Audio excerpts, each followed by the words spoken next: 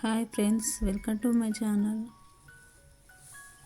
ఇప్పుడైతే గవ్వలు రెడీ చేస్తున్నాం. దానికి కావాల్సిన పదార్థాలు మైదా పిండిని చపాతీ పిండి కంటే కొంచెం గట్టిగా కలుపుకొని దాని మీద తడి క్లాత్ అన్నా లేకుంటే ఒక గిన్నెనన్నా బోర్లించి ఒక కర్రని మా పాప అయితే ఒక జాలిగంట తీసుకొని దాని మీద చిన్న ముద్దల్ని ఇట్లా గవ్వల్లాగా ప్రిపేర్ చేసుకుంటా ఆడబెట్టేస్తుంది. చాలా బాగా వచ్చేసాయండి. చిన్న చిన్న వేసుకుంటా అందులో పెట్టేస్తుంది. ఆల్మోస్ట్ గవ్వలు ప్రిపేర్ అయిపోయినాయి.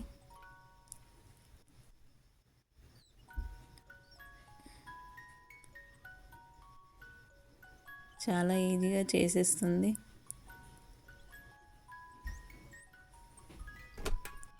ఇప్పుడైతే ఒక కడాయి పెట్టుకొని ఆ కడాయిలో ఈ రెడీ చేసుకున్న గవ్వల్ని వేసుకోవాలి. వేసుకున్న తర్వాత వాటిని గోల్డెన్ బ్రౌన్ కలర్ వచ్చేదాకా వాటిని వేయించుకోవాలి.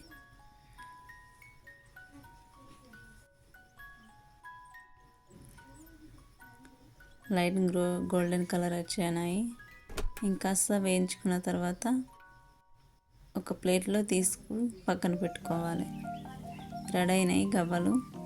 ఇప్పుడు ఒక ప్లేట్ తీసుకొని అందులో బెల్లం పానకం చేసుకోవాలి. ఇప్పుడు కాస్త 2 టేబుల్ స్పూన్ నెయ్యి తీసుకొని ఆ పానకంలో వేసి కలుపుకోవాలి. లైట్గా పానకం వచ్చేలాగా కాస్త తీగలాగా వచ్చేలాగా కలుపుకోవాలి.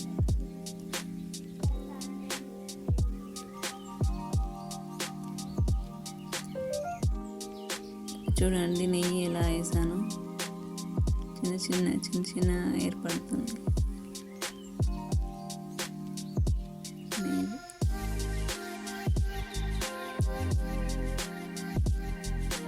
ఇప్పుడైతే ఆల్మోస్ట్ పానకం రెడీ అయిపోయింది. ఇప్పుడు గవ్వల్ని తీసి అందులో వేసుకోవాలి.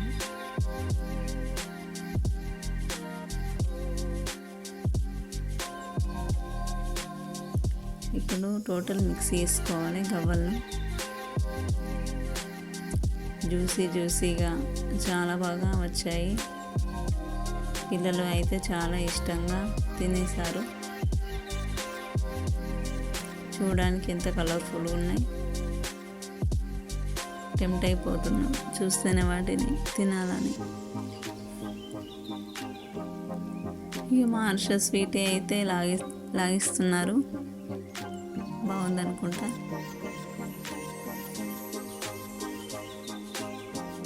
ఇవానికి స్వీట్లు అంటే చాలా పిచ్చి. చాలా బాగున్నాయి అనుకుంటా తినేస్తున్నారు.